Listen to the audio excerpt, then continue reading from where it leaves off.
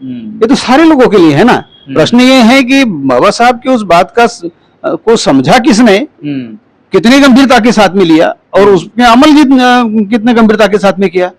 उदाहरण के लिए महारों ने अगर महाराष्ट्र में गंभीरता के साथ बाबा साहब के आदेश को माना कि जाओ और शिक्षित हो जाओ, हमारे लोगों ने बाबा साहब की बात को माना और शिक्षित हो गए। वो रिजर्वेशन का जो प्रोविजन बाबा साहब ने कर रखी है उसका लाभ भी लिया उन लोगों ने। तो महारों ने भंगियों को मना नहीं किया था, चमारों को मना नहीं किया था, या किसी भी प्रांत के लोगों को मना नहीं किया। लोगों ने, विद्वानों ने, सभी जो भी काम होते, सामाजिक, आर्थिक, राजनीतिक, धार्मिक, जो भी होंगे धार्मिक, सभी मोर्चे पर ईमानदारी से संविधान के मंशा के अनुरूप और जो प्रोग्रेसिव थॉट है हमारा, जो बाबा साहब हमारे आइकॉन है, उनके थॉट के अनुसार यदि हम मानते हैं कि समाज की तरक्की हो सकती है सारे क्षेत्र में, तो उनके थॉट को मानते हुए उसको इम्प्लीमेंटेशन की नजरिए से इस पर काम करने की आवश्यकता। जो बहुत ज्यादा नीचे तबके में चले गए हैं, ये कास्ट टाइप के अंदर ही, तो उन लोगों को अपलिफ्ट कैसे किया जाए, उनके लिए सरकार की रिस्पॉन्सिबिलिटी है। ये सरकार की रिस्पॉन्सिबिलिटी है।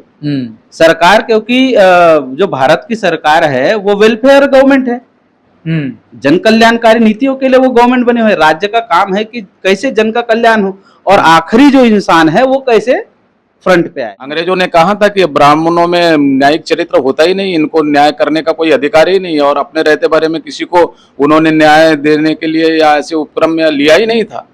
लेकिन ये तो दुर्भाग्य है हमारे पूर्वजों का, जो हमारे ऊपर में ये सब थोप के गए हैं। अगर उस समय में बाबा साहेब अम्बेडकर को फॉलो कर लिया होता और बाबा साहेब अम्बेडकर को स्वतंत्र अगर वो दिया होता तो आज हमारी हालत कुछ और रहती।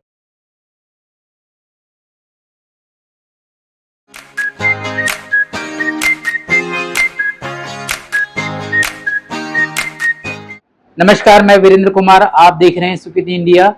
जैसा कि आप सभी जानते हैं कि अभी हम लोग जो सुप्रीम कोर्ट से 1 अगस्त को जो फैसला आया है, खास करके रिजर्वेशन में उप वर्गीकरण के बारे में, उस पर हम अलग अलग शहरों के लोगों से बात कर रहे हैं, जानने का प्रयास कर रहे हैं कि वो लोग इस फैसले के बारे में क्या सोच रहे हैं, क्या समझ रहे हैं, इसके बारे में हम जानने का प्रयास कर रहे हैं।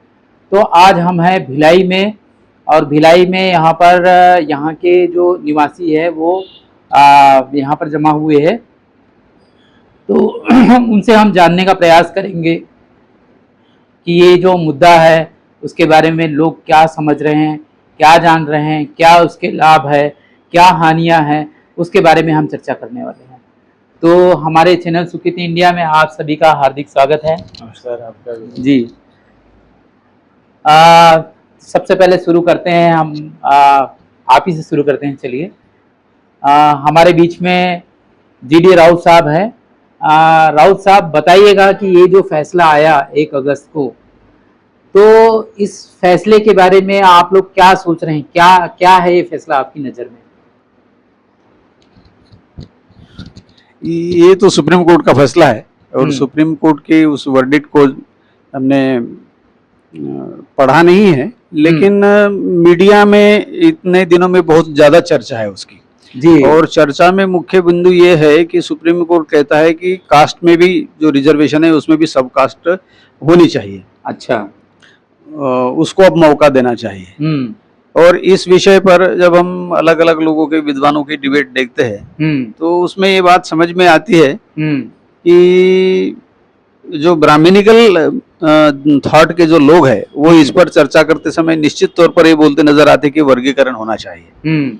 शेड्यूल कास्ट, शेड्यूल ट्राइब के जो लोग हैं उसमें से कुछ लोग नजर आते हैं कि भाई वो कहते नहीं, ऐसा नहीं होना चाहिए, संविधान की मूल भावना के विरुद्ध है और इससे कास्ट खत्म नहीं होगी बल्कि कास्ट बनी रहेगी और वो मजबूती के साथ में आज की तारीख में बनी रहेगी, जो संविधान की मूल भावना का विरोध है। अच्छा, आप ये कह रहे हैं कि जाति व्यवस्था जो है और मजबूत होगी? बिल्कुल मजबूत होगी जी। वही एक समझने की बात है कि शेड्यूल कास्ट में अगर 1200 जाति या 1500 जाति है, शेड्यूल ट्राइब में 700 750 जो भी जातियां है उसका कोई आधार मान के तो बनाया गया है ना। तो उसमें जब रिजर्वेशन सबको लागू किया गया तो किसी को ये तो नहीं बोला गया कि महार इसमें पार्टिसिपेट करेंगे, भंगी नहीं करेंगे, या कोई एडवर्टीजमेंट आती है उसमें ऐसा तो नहीं लिखा हुआ तो शेड्यूल कास्ट के लिए रिजर्व है लेकिन ये भंगियों के लिए है। ये तो सारे लोगों के लिए है ना। प्रश्न ये है कि बाबा साहब की उस बात का को समझा किसने, कितनी गंभीरता के साथ में लिया और उसमें अमल कितने गंभीरता के साथ में किया।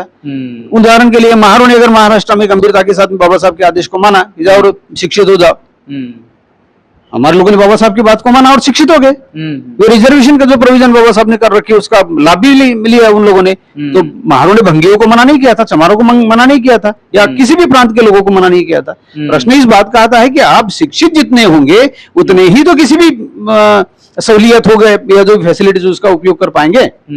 इसके लिए महारों का तो क्या दोष है, चमारों का तो क्या दोष है, जाटों का क्या दोष है। और आज की तारीख में भी जब एडवर्टाइजमेंट निकलती है तो सारे लोग भरो, योग्य बनो।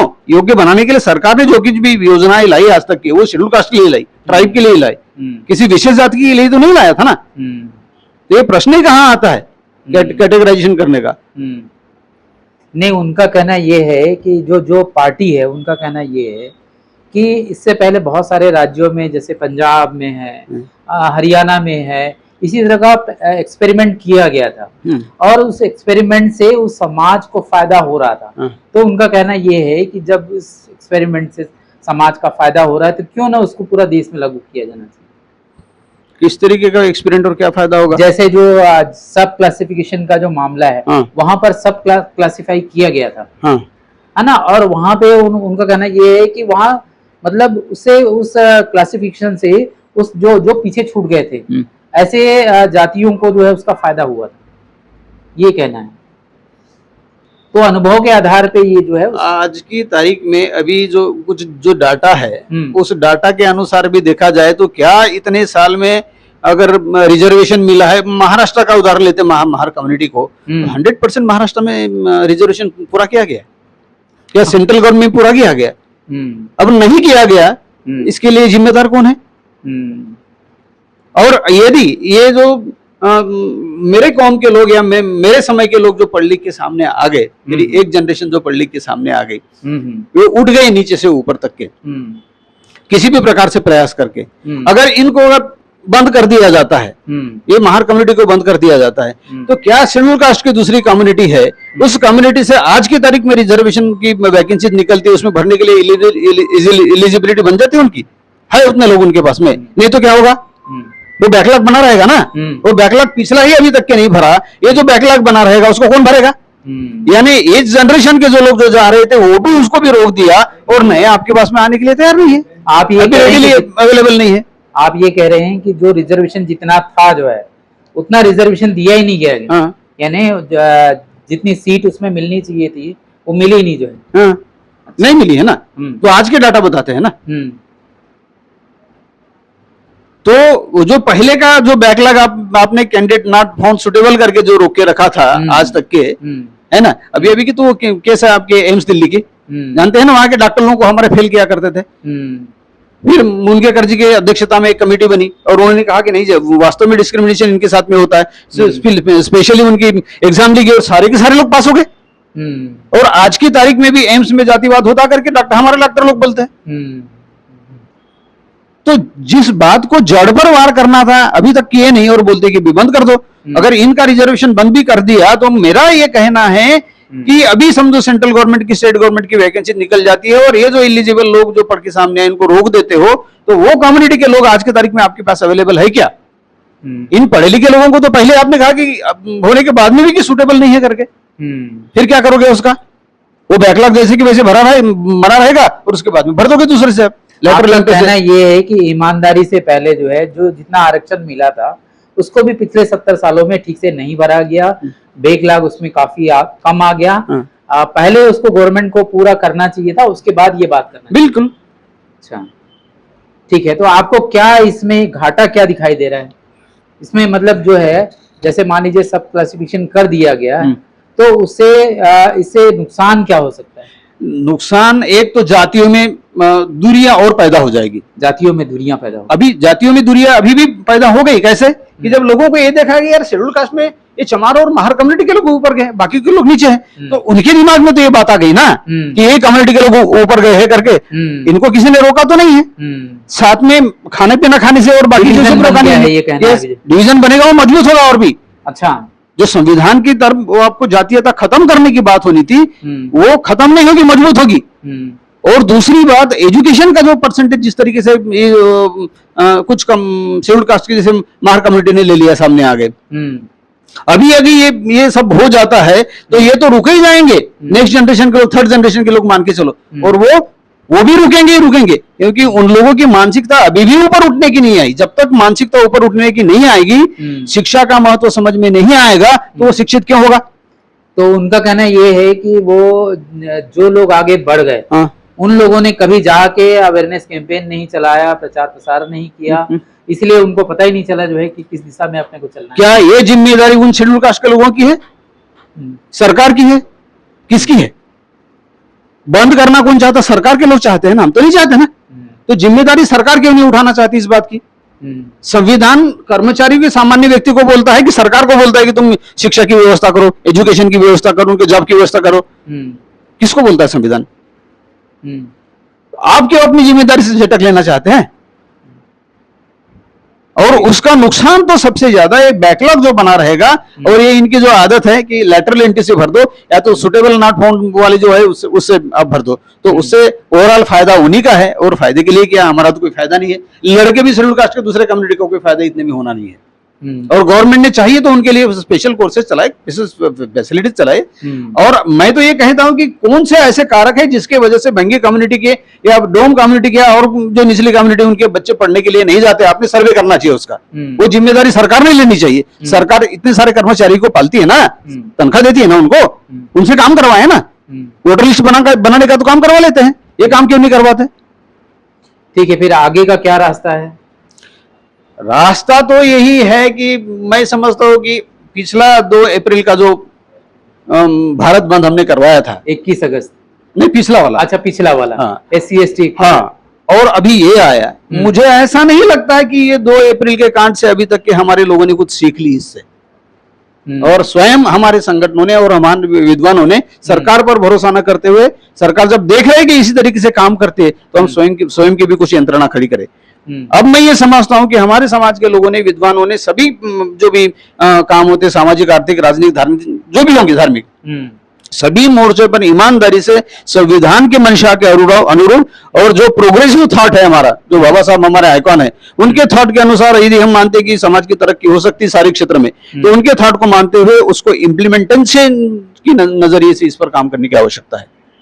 इसका मतलब आप ये कह रहे हैं कि उपवर्गीकरण नहीं होना चाहिए, और जैसा कि बाबा साहब अम्बेडकर ने शुरू में 1932 में जब अंग्रेजों से डिमांड की थी, उस समय भी इनइक्वलिटी थी, जो बिल्कुल थी, है ना, मतलब आर्थिक असमानता थी और शैक्षणिक असमानता थी, लेकिन फिर भी उन्होंने उसको शेड्यूल कास्ट के ग्रुप में रखा और डिप्रेस्ड क्लास कर करके उन्होंने सारे पिछड़े लोगों को साथ में रखा, आरक्षण मांगा उन्होंने जो है। तो आप उस चीज को जो है अभी कायम रखना चाहते हैं? बिल्कुल। अगर ये बात सही है कि अगर किसी भी देश की तरक्की करनी है तो उसके सामान्य से सामान्य व्यक्ति की तरक्की होना चाहिए, उसके आय में इजाफा होना चाहिए, शैक्षिक स्तर में, सामाजिक स्तर में इजाफा होना चाहिए, ये अगर क्राइटेरिया है, तो बाबा साहब ने जो राष्ट्रीय सोच के साथ में संविधान में बात करी थी ना कि ये शेड्यूल कास्ट, शेड्यूल ट्राइब के पिछले जाति के लोगों इनको रिजर्वेशन देके ऊपर उठाया जा सकता है, तब इस समाज की भी तरक्की होगी और देश की भी तरक्की होगी। ये पैमाना है, तो इस फॉर्मेट पर काम होना चाहिए। इस फॉर्मेट पर काम होना चाहिए। जी, अपना नाम बताइएगा और बताइएगा कि आप इस फैसले के बारे में क्या सोचते हैं और कैसे देखते हैं इस फैसले को। मेरा नाम वीरेंद्र है जी, और इसके बारे में तो ज़्यादा मैंने कुछ पढ़ा नहीं है, जो अभी न्यूज़ वगैरह में देखे हैं। हाँ, उससे क्या समझ पा रहे हैं? उससे यही समझ में आ रहा है कि सबसे पहली बात तो जवाबदारी जो है वो सरकार की है ना। सर, आज तक जितने भी गवर्नमेंट बने, चाहे किसी पार्टी के हो, वो लोगों ने अपनी जिम्मेदारी समझी नहीं कि जो लोग हैं जो बहुत ज्यादा नीचे तबके में चले गए हैं, ये कास्ट टाइप के अंदर ही, तो उन लोगों को अपलिफ्ट कैसे किया जाए, उनके लिए सरकार की रिस्पॉन्सिबिलिटी है। ये सरकार की रिस्पॉन्सिबिलिटी है। सरकार, क्योंकि जो भारत की सरकार है वो वेलफेयर गवर्नमेंट है, जन कल्याणकारी नीतियों के लिए वो गवर्नमेंट बने हुए। राज्य का काम है कि कैसे जन का कल्याण हो और आखिरी जो इंसान है वो कैसे फ्रंट पे आए। तो अगर गवर्नमेंट को ऐसा लगा कि कोई बहुत ज्यादा नीचे चले गया है, किस कारण से गया है, भाई उनके पास एजुकेशन नहीं है, आप ऐसा क्यों बोलते हैं कि नॉट सुटेबल? आप उनको सुटेबल बनाइए, ये आपकी जवाबदारी है। गवर्नमेंट को चाहिए कि जो सुटेबल नहीं है, जो कैपेबल नहीं है, उसको सुटेबल बनाए, उसको कैपेबल बनाए, नई नई स्कीम्स लाएं, उनको अपग्रेड करने के लिए और जब उनको वो अपग्रेड कर देगा तो जो लोग आगे बढ़ रहे हैं जब उनके लेवल में वो आ जाएगा तो कम्पीट करेगा ना, क्यों नहीं करेगा। तो उनका कहना ये है कि सब क्लासिफिकेशन करने से ही उनकी तरक्की हो सकती नहीं, ये तो गलत है। आप अपने जिम्मेदारियों से मुकर रहे हैं, आप भाग रहे हैं। आप ऐसा है कि हमारी जवाबदारी बन गई तो अपने सर मरने के बजाय दूसरे के सर पे ठीकरा फोड़ दिए कि तुम ही लोग अपने लोगों को नहीं सिखाते। भाई आप दे रहे हैं, जैसे हमको संविधान ने दिया, हमको रिजर्वेशन संविधान ने दिया, हमारे हक अधिकार संविधान ने दिए हैं और संविधान ने उस हक अधिकार को इम्प्लीमेंट कराने का काम आपको सौंपा, शासन को सौंपा, प्रशासन को सौंपा। तो जवाबदारी तो संविधान ने शासन प्रशासन को दी है कि आप लोग कोई भी स्कीम बना करके इन सबको मुख्य धारा में लाइए। और अगर कुछ लोग उस पर्टिकुलर जो वर्गीकरण किया गया है उस वर्गीकरण में से कुछ लोग जिनका आप उपवर्गीकरण करना चाहते हैं, अगर वो लोग आगे नहीं बढ़ पाए हैं तो वो आपकी गलती है। आपने ऐसे स्कीम्स नहीं बनाए कि ये बराबरी में आकर के एक साथ लड़ सके। तो आगे क्या रास्ता है? आगे यही रास्ता है कि ये उपवर्गीकरण वाला खेल नहीं करना चाहिए। सरकार लोग चाहते हैं कि शेड्यूल कास्ट के लोगों के बीच में ही दरार पड़ जाए, तो ये फैसला वापस लिया जाए, वापस होना चाहिए। अच्छा, सरकार की जिम्मेदारी है, ये फैसला होना नहीं चाहिए बिल्कुल, चाहे जो भी हो। तो आप सरकार से निवेदन करेंगे कि इसको पलटे जो है? हम बिल्कुल निवेदन करेंगे और चाहेंगे कि सरकार को उपवर्गीकरण नहीं करना चाहिए बल्कि और नई योजनाएं बना करके जो बहुत ज्यादा नीचे चले गए हैं उन लोगों को मुख्य धारा से जोड़े, उनको भी और नए नए अवसर प्रदान करें। और मैं तो ऐसा मानता हूं कि अगर सरकार ऐसा करेगी तो सभी लोग एक बराबर में आ जाएंगे। ठीक, ओके, थैंक यू। सर, ये वर्गीकरण का जो फैसला है, सरकार चाहती है कि हमारे लोगों के बीच में दरार पड़े और वो आगे बढ़े। अच्छा, ताकि उनका जो मूल आरएसएस का जो एजेंडा है कि हमारे लोगों को शिक्षा से उसने अलग तो कर ही दिया, सब प्राइवेटीकरण तो कर ही दिया, अब नौकरियां तो खत्म हो ही गई है, जो छोटी मोटी बची थी उसमें भी हम लोग ना आ पाए। पर ये जो निर्णय आया है ये तो सुप्रीम कोर्ट से आया, सरकार ने तो नहीं दिया। सर, सुप्रीम कोर्ट हमेशा से अभी तक का डाटा निकाल के देख लो, जिसकी सेंट्रल में गवर्नमेंट रहती है ना, सुप्रीम कोर्ट उसी के हिसाब से फैसले देती है। और सुप्रीम कोर्ट सबसे ज्यादा वहां पे जो कोलेजियम सिस्टम है, अब वो उन्हीं के सब मजिस्ट्रेट है, उन्हीं के वकील है, वही पब्लिक के तरफ से पिटीशन लगाएंगे और दूसरा वाला वकील या जो भी है वो अपोज में रहेगा। कुल मिला के सारा तंत्र तो आरएसएस का ही है सर। तो मतलब मंशा आपकी उनकी ठीक नहीं लग रही है? बिल्कुल बिल्कुल, ये तो शुरू से है सर। अंग्रेजों ने कहा था कि ब्राह्मणों में न्यायिक चरित्र होता ही नहीं, इनको न्याय करने का कोई अधिकार ही नहीं है और अपने रहते बारे में किसी को उन्होंने न्याय देने के लिए या ऐसे उपक्रम में लिया ही नहीं था। लेकिन ये तो दुर्भाग्य है हमारे पूर्वजों का, जो हमारे ऊपर में ये सब थोप के गए हैं। अगर उस समय में बाबा साहेब अम्बेडकर को फॉलो कर लिया होता और बाबा साहेब अम्बेडकर को स्वतंत्र अगर वो दिया होता तो आज हमारी हालत कुछ और रहती। लेकिन उस समय से बहुत सारे जो लोग अपने आप को सेकुलर कहने वाले लोग थे, जो अपने आप को मसीहा और बड़े बड़े जो अपने आप को उन्होंने बड़े बड़े टाइटल दे दिया है, एक भी टाइटल उनको पब्लिक से नहीं मिला है, सारे के सारे टाइटल उन्होंने अपने आप को दे दिया है। ये सारे लोग अगर बाबा साहेब को मान लेते तो आज व्यवस्था और कुछ होती। कुल मिला के सर, ये NFS जो है, नॉट फॉर क्या बोलते हैं अपन, not found suitable, not found suitable, ये चाहते हैं कि ये वाला फार्मूला इनका एक संवैधानिक रूप से लागू हो जाए।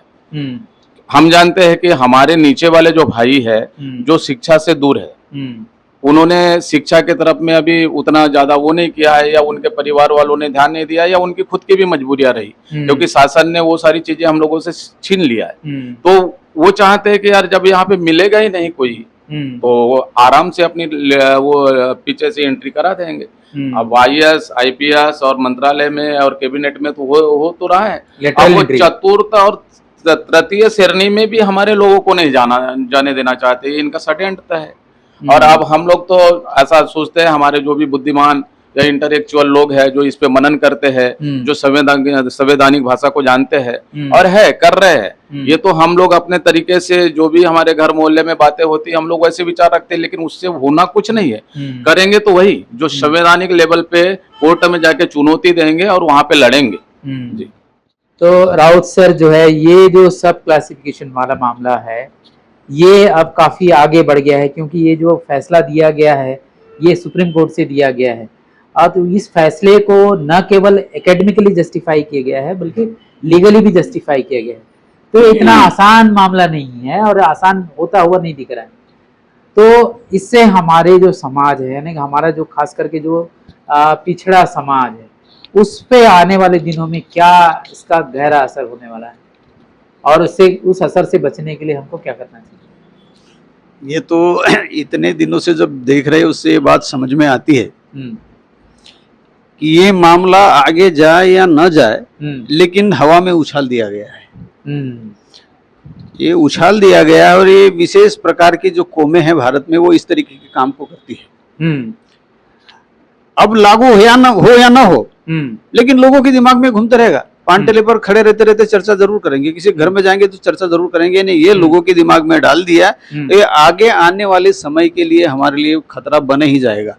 खतरा बन जाएगा। तो इस खतरे को टालने के लिए इस समाज को क्या आंतरिक बदलाव करने चाहिए, या ये जो डिवीजन होने वाला है, जिनको ऐसा लगता है कि हम पीछे रह गए, तो उनको आगे लाने के लिए जो लोग आगे आ गए हैं उनको क्या अपनी सामाजिक जिम्मेदारी निभानी चाहिए? सबसे पहले बात तो हम लोगों ने आपस में भाईचारा पैदा करना चाहिए। भाईचारा पैदा करना, लोगों के बीच में उठना बैठना चलना चाहिए। ऐसा नहीं कि शादी है किसी ने बुला लिया मित्र के घर में चले गए, ऐसा नहीं। हम एक दूसरे के घर में जाए, बैठे, चाय पानी पिए, भोजन ग्रहण करें उनके साथ में बैठ के। और हमारे दिमाग में क्या है कि हमसे ऊपर की जाति के जो लोग हैं ना, उनके साथ में हम संबंध रखते हैं। अच्छा, हम अपनी नीचे की जाति के साथ में लोग संबंध रखना नहीं चाहते हैं। ऊपर की जाति को तो कोई प्रॉब्लम है ही नहीं। ब्राह्मण आज खुशी से अपनी बेटी आपको आपके समाज में पढ़ा लिखा आदमी तो देने के लिए तैयार है। हम उधर जाते हैं।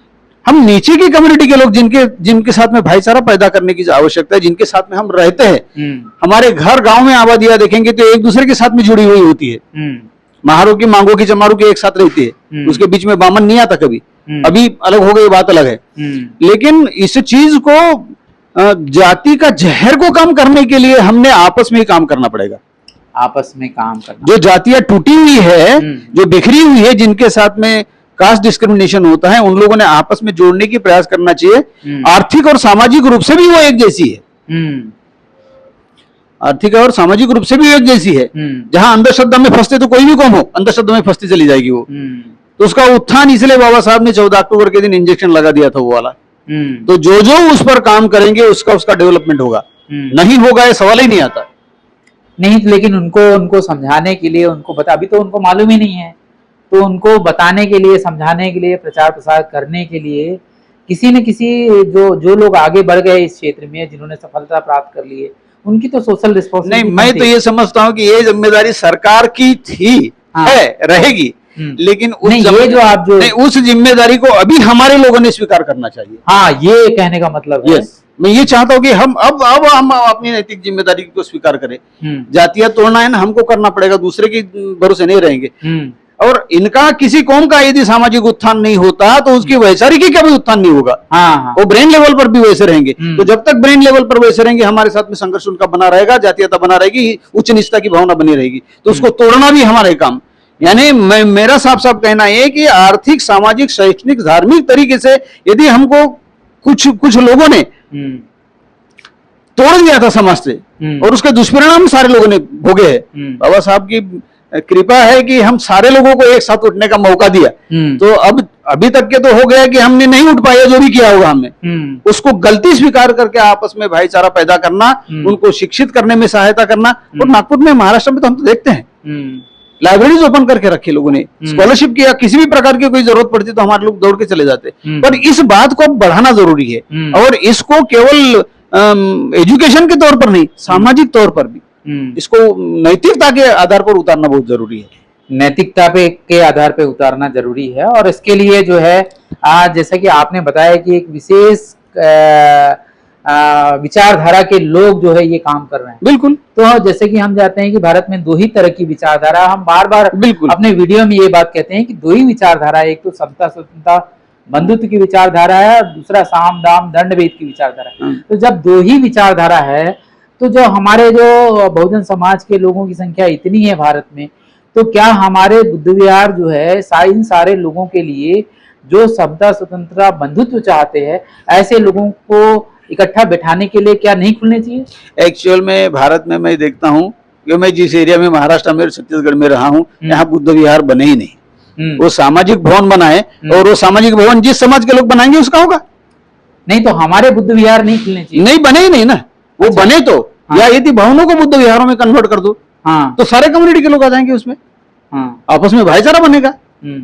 हम बौद्धिक लेवल पर चर्चा करेंगे। पर इसकी शुरुआत जो लोग इस सब क्लासिफिकेशन का विरोध कर रहे हैं, उनको तो आगे आना चाहिए ना इससे। बिल्कुल आना चाहिए। उदाहरण के तौर पर बताता हूँ, ये भीमनगर है, ये स्कूल चलाते हैं, हमने कभी देखा नहीं, सारे गरीब परिवार के लोग रहते हैं उधर, सारे बच्चे आते पढ़ते हैं। अच्छा। 26 जनवरी के दिन बकायदा उधर के लोगों को सबको बुला के एक 26 जनवरी का सेलिब्रेशन होता है, स्कूल की तरफ से होता है, सारे कम्युनिटी के लोग आके बैठते हैं। समिति में भी दूसरे कम्युनिटी के लोगों को लेकर ले रखा है हमने। कुछ साउ भी थे ना, तो उससे क्या होता है कि लोगों को ये महसूस ही नहीं है। अभी तक तो ये ना बाबा साहब यानी उनका है, वो नहीं, सबका है वो। हमको भी इस बात को डेवलप करना पड़ेगा। बाबा साहब को बाहर निकालो वहां से, हाँ, बुद्ध को बाहर निकाले उस बाड़े से, और वो जिम्मेदारी हमारी है क्योंकि हमने वैसा करके रखा है। तो सारी जगह अगर ये कल्चरल रिवोल्ट के सेंटर बन जाए हमारे, तो इसमें बहुत बढ़िया काम हो सकता है। बढ़िया काम हो सकता है। तो इस दिशा में मतलब आगे बढ़ने का आप लोग सोच रहे हैं, आगे बढ़ाने का? हाँ बिल्कुल, हम इस दिशा में काम तो पहले से कर रहे हैं। जो मोमेंट में काम कर रहे थे वो तो कभी बोले ही नहीं सकते। हाँ, और जिन लोगों ने सही तरीके से समझा, और आप जैसे एक बात कर रहे थे, मैं इस बात पर कहता हूं कि बाबा साहब ने revolution and counter revolution in ancient India जो किताब लिखी है, मैं कहता हूं कि हर एक व्यक्ति ने हमारे पढ़ना चाहिए। हम कैसे बर्बाद हुए उसका इतिहास बाबा साहब ने बहुत बढ़िया तरीके से लिख के रखा है वहां पर, तो वो तो हमारे पास अवेलेबल है। उसको पढ़े और उस पर इंप्लीमेंट करे भाई, नहीं तो फिर वो ब्राह्मणों को दोष देके कब तक रहोगे? वो अपना काम कर रहे, करने दीजिए। हमको अपना काम भाईचारे से करते करते अगर वो साम दाम दंड भेद का इस्तेमाल करता है तो हम क्यों नहीं कर सकते भाई? हमको अपने अस्तित्व को बचाए रखने के लिए करना पड़ेगा। वो कूटनीति से करते, हमको प्रेम और करुणा के साथ में करना है, प्रेम और करुणा के साथ, मैत्री के साथ में करना है। ठीक है। तो अंत में हम ये जानना चाहेंगे कि हमारे जो SC ST और OBC के जो भाई लोग जो देख रहे हैं, उनको ऐसी कौन सी किताबें पढ़नी चाहिए ताकि ये जो कॉन्सेप्ट है जिसके बारे में हम बात कर रहे हैं वो जल्दी समझ जाए? एनिहिलेशन ऑफ कास्ट पढ़े। अच्छा, जाति का निर्मूलन। हाँ। और एक है कास्ट इन इंडिया पढ़े। कास्ट इन इंडिया पढ़े। और दूसरा एक states and minorities. States and minorities भी पढ़ना चाहिए। गुलामगिरी तो ओबीसी के लिए बहुत बढ़िया चीज है। हाँ। वो पूरा ऑपरेशन करके महात्मा फुले ने उसको रखा है, सारी किस्म का ऑपरेशन करके रखा है, ब्रेन के लिए ऊपर तो बहुत बढ़िया किया, और केवल बोला ही नहीं। हाँ। हमारे महापुरुषों की एक खासियत है कि वो केवल बोले नहीं, इम्प्लीमेंट करके दिखाए। और जो बाबा साहब अम्बेडकर है और ज्योतिबा फुले का जीवन चरित्र भी वो पढ़ सकते हैं। बिल्कुल, जीवन चरित्र तो पढ़ना ही चाहिए। जी जी जी। साइकोलॉजी को पढ़े, हमारी अपनी साइकोलॉजी जो पढ़े जी, हमारे अपने लोगों की साइकोलॉजी क्या है, कास्ट की साइकोलॉजी क्या है जी, हमारे लोगों ने कास्ट की साइकोलॉजी को भी पढ़ना चाहिए। वो पढ़ते नहीं तो गड़बड़ हो जाती है। जी जी जी। और कॉन्स्टिट्यूशन तो पढ़े, कॉन्स्टिट्यूशन इतने आसानी से समझने वाली बात नहीं है, लेकिन मैं समझता हूँ कि हमारे लोगों ने बाबा साहब ने जो बात कही थी ना कि बुद्धा एंड कार्ल मार्क्स को भी पढ़ना चाहिए, तो बाबा साहब का विजन समझ में आता है। बुद्ध और उनके धम्म का भविष्य पढ़े तो उसमें भी बाबा साहब ये बोलते हैं। और ये revolution and counter revolution in ancient India, ये तो हर एक व्यक्ति ने पढ़ना चाहिए, ऐसा मुझे लगता है। मैंने पढ़ा और मुझे जो समझ में आई बात वो। फाइनल कंक्लूडिंग रिमार्क्स क्या होंगे जो है? कंक्लूडिंग रिमार्क्स मेरे यही है कि हमने गलतियों से सीख लेना चाहिए, और सीख के अगर हम तरक्की चाहते हैं, हम किसी दूसरे की नहीं अपने कौम की भी तरक्की चाहते हैं, हम अपने नाती पोती की भी तरक्की चाहते हैं, तो उसके लिए हमने प्रिकॉशन लेना चालू कर देना चाहिए। और बाबा साहब की आइडियाज को लेके यदि दुश्मन सफल हो सकता है, हम क्यों नहीं हो सकते? इस डिटर्मिनेशन के साथ में अगर हम काम करते हैं तो सब लोगों को साथ में लेके काम करते हैं। मरना सबको है तो भाईचारा के साथ में पैदा करके मरो, यार दुश्मनी पैदा करके क्यों मरना है? बड़ी बात आपने जो कही है कि जो ब्रदरहुड पैदा करना है और एकता का भाव जो स्थापित करना है, बहुत ही जरूरी है। अब दूसरी बात है ना, मैं ये समझता हूँ कि आप बोलना चाहिए नहीं बोलना चाहिए बात की बात आप काट सकते हो। जैसे डॉक्टर साहब ने बोला कि प्रकृति के साथ में रहेंगे तो बहुत अच्छा होगा। स्वस्थ रहेगा आदमी। मुझे ये बात अभी तक समझ में नहीं आई कि क्या इस धरती पर भारत के कोई भी धर्म का निर्माण करने वाला, नेतागिरी करने वाला धर्म की कोई किसान जाति से पैदा हुआ, कोई शेड्यूल कास्ट से पैदा हुआ, कोई शेड्यूल ट्राइब से कोई पैदा हुआ, कोई ओबीसी से पैदा हुआ जो प्रकृति का नियम समझाया? वो तो बुद्ध ही पैदा हुए किसान के घर में, खेतीय थे ना वो तो, बिल्कुल खेतीय थे, किसान के घर में पैदा हुए। हम लोग आप 85% देश के लोग तो किसानी करने वाले, मजदूरी करने वाले लोग है क्या? और उन्होंने यूनिवर्सल ट्रूथ बताया, तो ये यूनिवर्सल ट्रूथ हमको समझ में क्यों नहीं आता? उसको उसी तरीके से समझाने की आवश्यकता है, ऐसा समझता हूं मैं। तो ये जो गलतफहमी बाबा साहब और बुद्ध के संदर्भ में है ना, वो दूर हो जाएगी और आपस में भाईचारा पैदा हो जाएगा। ये उम्मीद करता हूं कि लोग ये सबक सीखे। वो अप्रैल 2 वाले से लेके अभी तक का अगर उस समय कुछ ठीक ठाक होकर काम कर ले होते थे 6-7 साल में, ये शायद नौबत नहीं आती। ये नौबत नहीं आती। जी जी, फाइनल कंक्लूडिंग रिमार्क्स जो है 30 सेकंड में।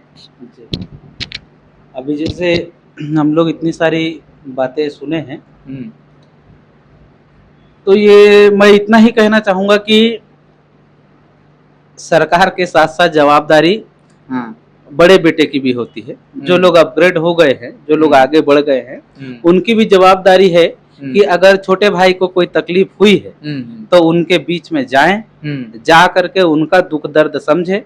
और वो भाई ही है, आज अगर बोल रहा है ऊंची आवाज में, तो जब आप उसको हेल्प करेंगे वो भाई आपकी बात समझेगा, लेकिन जवाबदारी आपकी है कि आपको जाके समझाना पड़ेगा। जी जी जी, इतना ही कहना चाहूँगा। Thank you. जी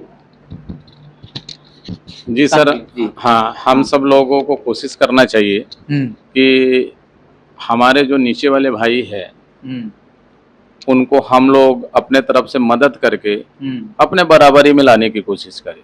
खास करके एजुकेशन के लेवल पे, अगर ये एजुकेशन के लेवल पे जैसे सर ने बताया उनको हमने अपने जैसे बना लिया तो फिर उनको कोई भी चीज समझाना आसान हो जाएगा और वो समझ भी पाएंगे। और जब समझ पाएंगे तो फिर हमारी जो लड़ाइयाँ है वो बंद हो जाएंगी और फिर से हमारे में एकजुटता कायम हो जाएंगी। जी जी जी, एकजुटता कायम हो जाएगी। तो आप लोग अभी देख रहे थे कि भिलाई के जो लोग हैं वो इस वर्डिक्ट के बारे में क्या सोच रहे हैं, क्या धारणा बना रहे हैं और आगे क्या करने वाले हैं, ये हमने समझा। तो ये वीडियो कैसा लगा आप लोग कमेंट करके बताइएगा। आप लोगों का इस हमको समय देने के लिए, हमारे चैनल को समय देने के लिए बहुत बहुत धन्यवाद, बहुत बहुत साधुवाद। आपका भी बहुत बहुत धन्यवाद सर, बहुत बहुत शुक्रिया। आप 200 किलोमीटर दूर से ये सब समाज को जगाने का काम कर रहे हैं और आपने मुंह में चढ़ा, इसके लिए आपको कई बार साधुवाद बोलना भी कम हो गया सर। जी धन्यवाद, बहुत बहुत धन्यवाद। दर्शकों आप सभी को भी बहुत बहुत धन्यवाद। मिलते हैं अगले वीडियो में। Thank you very much. Thank you.